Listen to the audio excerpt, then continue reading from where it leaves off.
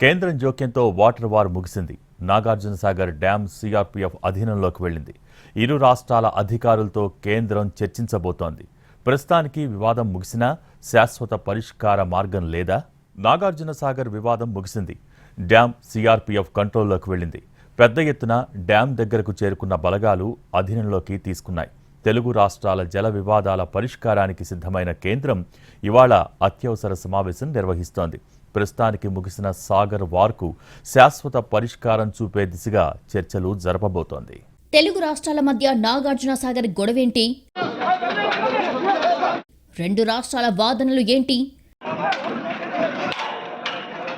కేంద్రం జోక్యం ప్రస్తుతానికి ఎండ్ కార్డు పడినా శాశ్వత పరిష్కార మార్గం లేదా? సాగర్ నీళ్లలో ఏపీ, తెలంగాణ వాటాలు ఎంత? ఎలక్షన్ టైంలో మరోసారి వారికి కారణమేంటి? నాగార్జునసాగర్ వార్కు ప్రస్తుతం ఎండ్ కార్డు పడింది. కేంద్రం జోక్యంతో తెలుగు రాష్ట్రాల మధ్య వివాదం ముగిసింది. వివిధ ప్రాజెక్టులపై తెలుగు రాష్ట్రాల మధ్య జల వివాదాల పరిష్కారానికి కేంద్రం రెడీ అయ్యింది. నాగార్జునసాగర్, శ్రీశైలం డ్యాముల నిర్వహణను కృష్ణానది యాజమాన్య బోర్డుకు అప్పగించేందుకు సన్నద్దమవుతోంది. ఈ క్రమంలో కేంద్ర జలశక్తి శాఖ ఇవాళ ఉదయం 11 గంటలకు అత్యవసర సమావేశం ఏర్పాటు చేసింది. ఈ సమావేశానికి హాజరు కావాలని ఏపీ, తెలంగాణ సీఎస్లకు సూచించింది. సిఆర్పీఎఫ్, సిఐఎస్ఎఫ్ డీజీలు, సిడబ్ల్యూసీ, కేఆర్ఎంబీ చైర్మన్లకు కూడా దీనిపై సమాచారం అందింది. సిడబ్ల్యూసీ, కేఆర్ఎంబీ చైర్మన్లు ఈ సమావేశానికి నేరుగా హాజరు కావాలని కేంద్ర జలశక్తి శాఖ స్పష్టం చేసింది. నాగార్జునసాగర్ నీటి విడుదల కోసం ఏపీ, తెలంగాణ మధ్య నెలకొన్న వివాదంపై కేంద్ర హోంశాఖ స్పందించింది. ఏపీ, తెలంగాణ రాష్ట్రాల ప్రభుత్వ ప్రధాన కార్యదర్శులు, డీజీపీలతో కేంద్ర హోంశాఖ ముఖ్య కార్యదర్శి అజయ్ కుమార్ భల్లా వర్చువల్గా మాట్లాడారు. సాగర్ జలాల విడుదల విషయంలో నవంబర్ 28కి ముందు ఉన్న పరిస్థితి కొనసాగిస్తూ డ్యాం నిర్వహణను కేఆర్ఎంబీకి అప్పగించడంతో పాటు సిఆర్పీఎఫ్ దళాల పర్యవేక్షణకు అప్పగించాలని కేంద్ర హోంశాఖ కార్యదర్శి ప్రతిపాదించారు. ఈ ప్రతిపాదనకు ఏపీ, తెలంగాణ రాష్ట్రాలు అంగీకరించడంతో జల వివాదం సద్దుమణిగింది. కేంద్ర హోంశాఖ నిర్వహించిన సమావేశంలో నాగార్జునసాగర్ డ్యాం భద్రతను సిఆర్పీఎఫ్ బలగాలకు అప్పగించాలని నిర్ణయించింది. ఈ క్రమంలో సిఆర్పీఎఫ్ బలగాలు సాగర్ డ్యాం దగ్గరికి చేరుకున్నాయి. సాగర్ డ్యాం సిఆర్పీఎఫ్ బలగాల పర్యవేక్షణలోకి వెళ్లింది. గుంటూరు డీఐజీ బాలరాజు, ఎస్పీ రవిశంకర్ రెడ్డితో సిఆర్పీఎఫ్ డీఎస్పీ రవిశంకర్ రెడ్డి చర్చించారు. ఉద్రిక్తతలు సద్దుమణిగిన సాగర్ డ్యాంకు ఇరువైపులా రెండు రాష్ట్రాల పోలీసులు మోహరించి ఉన్నారు. నాగార్జునసాగర్ డ్యాం పరిసరాలు పోలీసుల వలయంలో ఉన్నాయి. అంతకుముందు సాగర్ డ్యాం దగ్గర ఏపీ పోలీసుల హడావిడి, నీటి విడుదలపై కేఆర్ఎంబీకి తెలంగాణ ఫిర్యాదు చేసింది. దీంతో వెంటనే స్పందించిన కేఆర్ఎంబీ సాగర్ కుడికాల్వ నుంచి నీరు తీసుకోవడం ఆపాలని ఏపీ ప్రభుత్వాన్ని కృష్ణా రివర్ మేనేజ్మెంట్ బోర్డు ఆదేశించింది. అయినా పరిస్థితిలో మార్పు లేకపోవడంతో కేంద్ర హోంశాఖ రంగంలోకి దిగి వివాదానికి ఫుల్ స్టాప్ పెట్టింది.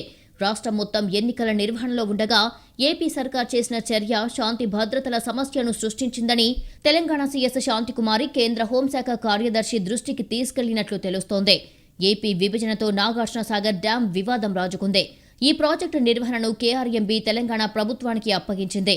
కానీ ఏపీ అధికారులు మాత్రం తెలంగాణ ప్రభుత్వ యంత్రాంగం తమ పట్ల దురుసుగా ప్రవర్తిస్తోందని, నీటి వాటా ఇవ్వడం లేదని ఆరోపిస్తోంది. అందుకే పోలీసుల సాయంతో సాగర్లో నీటి విడుదల చేసేందుకు ప్రయత్నించామని చెబుతోంది. మొత్తం మీద ఈ వివాదానికి ఫుల్ స్టాప్ పడటంతో అంతా ఊపిరి పీల్చుకున్నారు. కానీ ఇరు రాష్ట్రాల జల వివాదాలకు శాశ్వత పరిష్కార మార్గం లేదా? సాయుధ పోలీసులు నాగార్జునసాగర్ డ్యాం పైకి వచ్చి సీసీ కెమెరాలను ధ్వంసం చేయడంతో పాటు 5-7 గేట్ల వద్ద ఉన్న హెడ్ రెగ్యులేటర్లను తెరిచి దాదాపు 5,000 క్యూసెక్కుల నీటిని విడుదల చేశారని తెలంగాణ రాష్ట్ర ప్రభుత్వ ప్రధాన కార్యదర్శి శాంతికుమారి అన్నారు. తెలంగాణ శాసనసభ ఎన్నికల నిర్వహణలో ఉండగా ఏపీ ప్రభుత్వం చేసిన చర్య తమ రాష్ట్రంలో శాంతి భద్రతల సమస్యను సృష్టించిందని తెలిపారు. ఆంధ్రప్రదేశ్ ప్రభుత్వం ఈ విధంగా అతిక్రమణలకు పాల్పడటం ఇది రెండవసారి అని అన్నారు. ఆంధ్రప్రదేశ్ ప్రభుత్వం చేసిన ఈ చర్య వల్ల హైదరాబాద్ నగరంతో పాటు పరిసర ప్రాంతాల 2 కోట్ల ప్రజల తాగునీటి అవసరాలకు తీవ్ర ఆటంకం కలుగుతుందని శాంతకుమారి ఆందోళన వ్యక్తం చేశారు. 2014 నుంచి కొనసాగుతున్న మాదిరిగానే స్టేటస్ కోని కొనసాగించాలని కేంద్ర హోంశాఖ కార్యదర్శికి విజ్ఞప్తి చేశారు. కాగా నాగార్జునసాగర్ డ్యాం విషయంలో గతంలో ఉన్న మాదిరిగానే స్టేటస్ కో కొనసాగించాలని, ఈ డ్యాంను తాత్కాలికంగా కేంద్ర రిజర్వ్ పోలీస్ దళాల పర్యవేక్షణలో ఉంటుందని కేంద్ర హోంశాఖ కార్యదర్శి స్పష్టం చేశారు. ఈ అంశంపై కేంద్ర జలవనరుల శాఖ కార్యదర్శి ఆధ్వర్యంలో ప్రత్యేక సమావేశం నిర్వహించబోతున్నట్లు భల్లా తెలిపారు. ఈ వీడియో కాన్ఫరెన్స్ లో రాష్ట్ర ప్రభుత్వ ప్రధాన కార్యదర్శి శాంతికుమారితో పాటు డీజీపీ అంజనీ కుమార్, ఇతర అధికారులు ఉన్నారు. దక్షిణాదిన జల వివాదాలు కామన్ గా మారిపోయాయి. కావేరీ, గోదావరి, కృష్ణానది జలాల పంపిణీ పెద్ద సవాల్గా మారింది. వర్షాకాలం పుష్కలంగా కురిసిన సీజన్లో ఎలాంటి గొడవ ఉండదు, కానీ వర్షాలు అంతంత మాత్రంగా ఉన్న రోజుల్లో నదీ జలాల పంపకాలపై వివాదాలు పెరుగుతున్నాయి. సాగునీటికి నీరు అందటం లేదని ఒక రాష్ట్రం, నీటిని వదిలితే తాగునీరు ఉండదని మరో రాష్ట్రం, ఇలా నదీ జలాల పంపకాలపై వివాదాలు రగులుతున్నాయి. తెలుగు రాష్ట్రాలు రెండుగా విభజన జరిగిన తర్వాత రెండు రాష్ట్రాల మధ్య జల వివాదాలు పెరిగాయి. ఈ ఏడాది ఎల్నినో ప్రభావంతో ఎగువ నుంచి వరద నీరు రాలేదు. దీంతో కృష్ణా బేసిన్లోని ప్రధాన ఉమ్మడి ప్రాజెక్టులైన శ్రీశైలం, నాగార్జున సాగర్ జలాశయాల్లో నీటి నిల్వలు అడుగంటిపోయాయి. అటు ప్రకాశం, గుంటూరు, కృష్ణా, పశ్చిమ గోదావరి ఉమ్మడి జిల్లాల్లో కృష్ణా డెల్టా కింద భారీ ఆయకట్టు ఉంది. ఈ ఆయకట్టు పరిధిలో 90% వరిని పండించటం ఆనవాయితీగా వస్తోంది. కానీ శ్రీశైలం, సాగర్ ప్రాజెక్టుల్లో నీరు లేక 2023-24 ఖరీఫ్ సీజన్లో 152.20 టీఎంసీలు అవసరమైతే కేవలం 101.32 టీఎంసీలు మాత్రమే సాగుకు అందింది. ఇది వరి సాగు విస్తీర్ణం, దిగుబడిపై తీవ్ర ప్రభావం చూపనుంది. ఆల్రెడీ కొందరు రైతులు ఖరీఫ్ సీజన్లో సేద్యాన్ని నిలిపివేసి రబీపై దృష్టి పెట్టారు. ఇప్పుడు కూడా కృష్ణా డెల్టా కింద కాల్వల్లో నీరు లేకపోవడంతో ఈ సీజన్లో ఇబ్బందులు ఎదుర్కోవాల్సిన పరిస్థితి ఏర్పడింది. నాగార్జున సాగర్ ప్రాజెక్టులో ప్రస్తుతం నీటి నిల్వ 522 అడుగులకు చేరింది. నీటి విడుదల ఇలాగే కొనసాగితే ప్రాజెక్టు డెడ్ స్టోరేజీకి చేరే అవకాశం ఉంది. ఇప్పటి వరకు సుమారు 4000 క్యూసెక్కుల నీటిని ఏపీ విడుదల చేసుకుంది. మరో 12 అడుగుల మేర నీటిని విడుదల చేస్తే డెడ్ స్టోరేజీకి చేరుతుంది. నీటి విడుదలని ఆపాలి అన్న తెలంగాణ విజ్ఞప్తితో నాగార్జున సాగర్ రైట్ కెనాల్కు తక్షణమే నీటి విడుదలను ఆపేయాలని కృష్ణా రివర్ బోర్డు మేనేజ్మెంట్ ఆదేశించింది. సాగర్ నుంచి ఆంధ్రప్రదేశ్కు 15 టీఎంసీల నీటి విడుదలకు ఒప్పందం కుదిరింది. అక్టోబర్ 10 నుంచి 20వ తేదీ వరకు 5 టీఎంసీలు, జనవరి 8 నుంచి 18 వరకు 5 టీఎంసీలు, ఏప్రిల్ 8 నుంచి 24వ తేదీ వరకు 5 టీఎంసీలు వాడుకునే విధంగా ఇరు రాష్ట్రాలు ఒప్పందం చేసుకున్నాయి. ఇప్పటికైనా రెండు రాష్ట్రాల నీటి పంపకాలపై ఒక మాటకు వచ్చి ఒప్పందాలను సక్రమంగా అమలు చేసుకుంటే రెండు రాష్ట్రాల మధ్య వివాదాలు తగ్గుతాయనే వాదనలు పెరుగుతున్నాయి. శ్రీశైలం ప్రాజెక్టుని ఏపీ, సాగర్ని తెలంగాణ నిర్వహించాలి. అయితే ఈ నిర్వహణపై రెండు రాష్ట్రాల్లో అసంతృప్తులు ఉన్నాయి. ఓ పక్క వివాదం కొనసాగుతుండగానే ఏపీ ప్రభుత్వం దూకుడుగా వ్యవహరించడంతో వివాదం మరింత రాజుకుంది. ఓ దశలో అధికారుల చర్చలతో ముగిసిన వివాదం పోలీసుల ఎంట్రీతో రచ్చ ముదిరింది. నీటి పంపకాలపై ఏపీకున్న అభ్యంతరాలేంటి? తెలుగు రాష్ట్రాల మధ్య కృష్ణా నదీ జలాల పంపిణీ చిచ్చురేపింది. తెలంగాణ ఎన్నికల వేళ కృష్ణా నదిపై ఉన్న నాగార్జున సాగర్ డ్యాం వివాదం మరోసారి తెరపైకొచ్చింది. ఇరు రాష్ట్రాల పోలీసులు మోహరించడంతో ఉద్రిక్తత చోటు చేసుకుంది. బుధవారం ఇరు రాష్ట్రాల పోలీసుల మధ్య నాగార్జున సాగర్ డ్యాం వద్ద ప్రారంభమైన వివాదం ఇంకా కొనసాగుతూనే ఉంది. ప్రాజెక్టు 26 గేట్లలో 13 గేట్లు ఆంధ్రప్రదేశ్ పరిధిలోకి వస్తాయి అని ఏపీ వాదిస్తోంది. సాగర్ నీటిని విడుదల చేసే 13వ గేట్ వరకు ముళ్ల కంచెలు వేసుకున్నారు. అంతేకాదు ప్రాజెక్టు వద్ద ఏర్పాటు చేసిన సీసీ కెమెరాలను కూడా ధ్వంసం చేశారు. ఏపీ ఉన్నతాధికారులు పోలీసుల సాయంతో నాగార్జున సాగర్ డ్యాం నుండి నీటిని విడుదల చేసుకున్నారు. తెలంగాణ పోలీసులు అడ్డుకున్నప్పటికీ ఏపీ అధికారులు పంతం నెగ్గించుకున్నారు.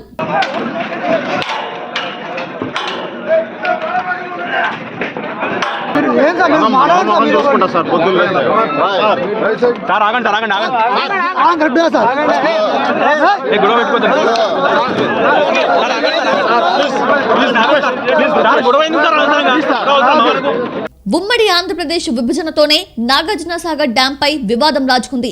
ఈ ప్రాజెక్టు నిర్వహణ బాధ్యతల్ని Krishna river management board Telangana ప్రభుత్వానికి అప్పగించింది. అయితే తెలంగాణ ప్రభుత్వ నిర్వహణ వల్ల తమకు అన్యాయం జరుగుతోందని, తమ వాటా నీటిని కూడా ఇవ్వడం లేదని ఏపీ అధికారులు అంటున్నారు. దీంతో ఏకంగా పోలీసుల సాయంతో సాగర్ని తమ స్వాధీనంలోకి తీసుకునే ప్రయత్నం ఏపీ అధికారులు చేశారు. దీనిపై తెలంగాణ పోలీస్ అధికారులు ఏపీ పోలీసులతో మాట్లాడే ప్రయత్నం చేశారు. నీటిపారుదల అధికారులు మాట్లాడుకొని ఈ వివాదాన్ని పరిష్కరించుకుంటారని, ముళ్ల కంచెను తీసేసి వెనక్కి వెళ్లిపోవాలని ఏపీ పోలీసులకు సూచించారు. అయినప్పటికీ ఏపీ పోలీసులు స్పందించకపోవడంతో ఉద్రిక్తతలు అలాగే కొనసాగాయి.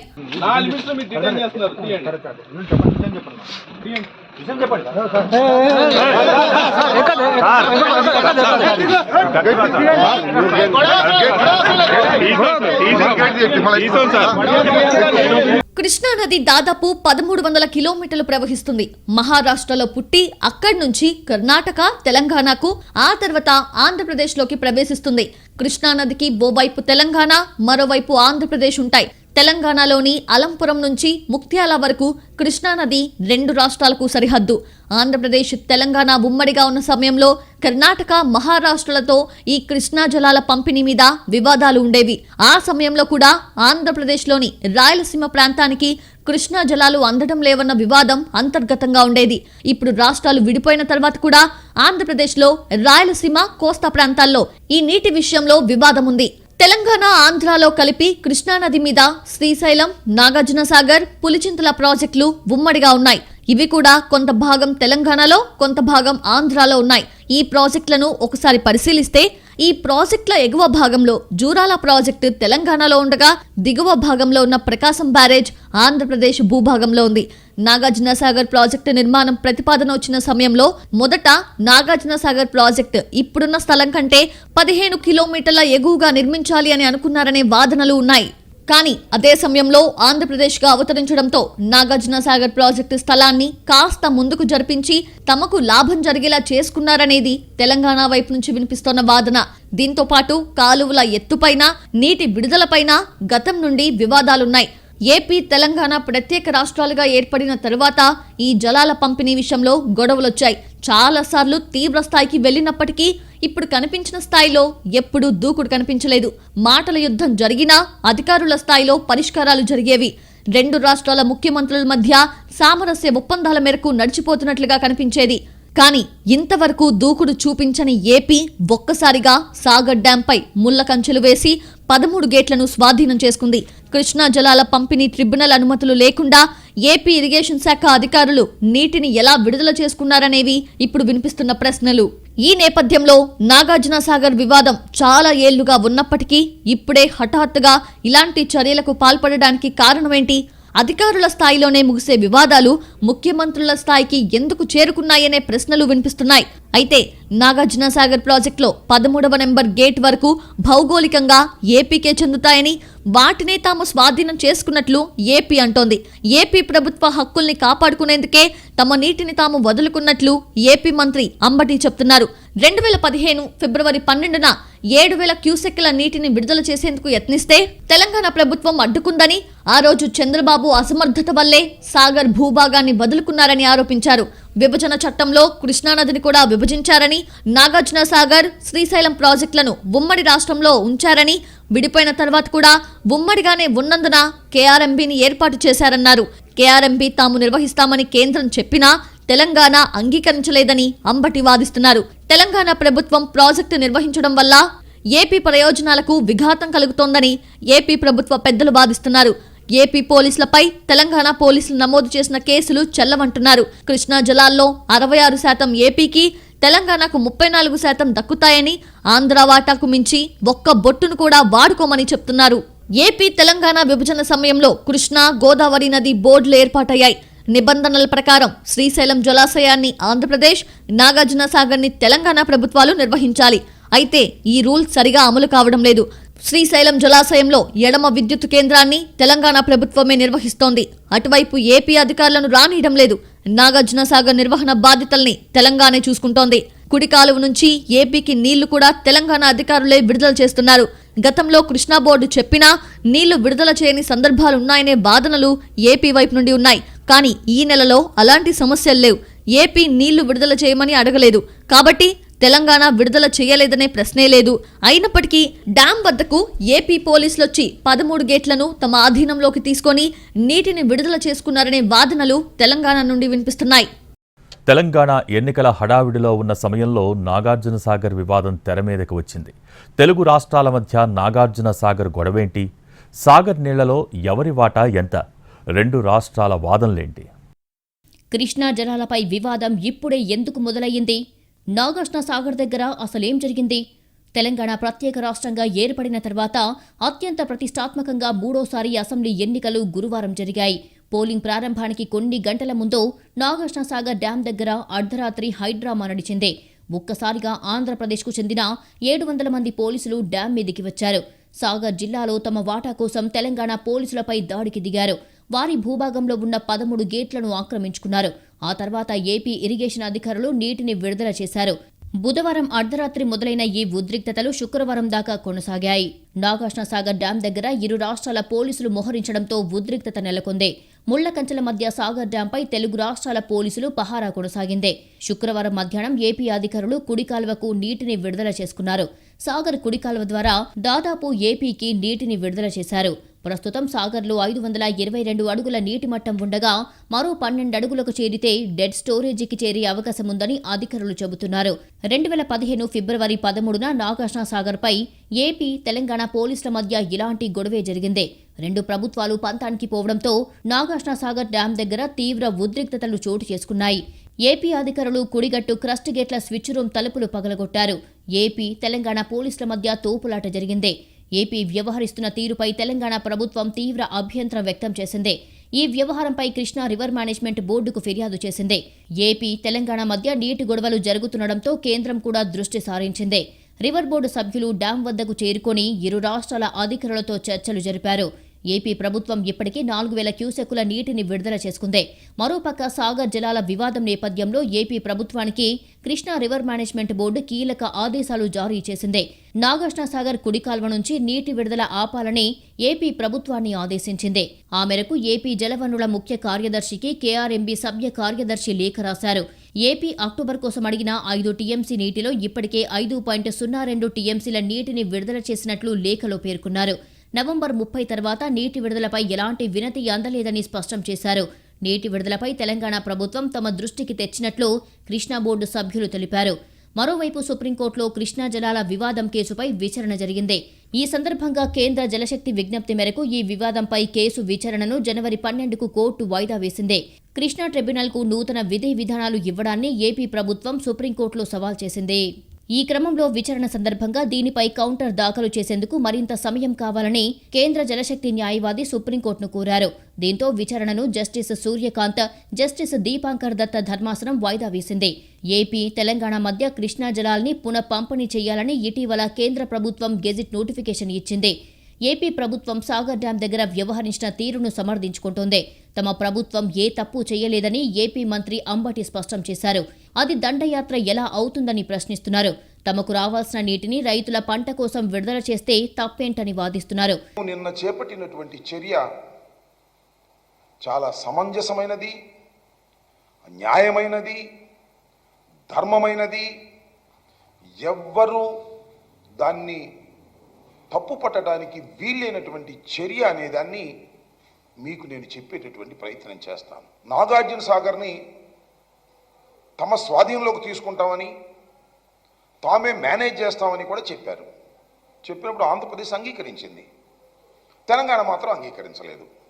కిషన్ రెడ్డి గారు కూడా నిన్న ఈ చర్యను ఖండిస్తూ కొన్ని వాస్తవాలు చెప్పారు. కేంద్ర ప్రభుత్వం కేఆర్ఎంబీ స్వాధీనం చేసుకుంటానంటే ఆంధ్రప్రదేశ్ ప్రభుత్వం అంగీకరించింది కానీ తెలంగాణ ప్రభుత్వం అంగీకరించలేదు అనేటువంటి మాట.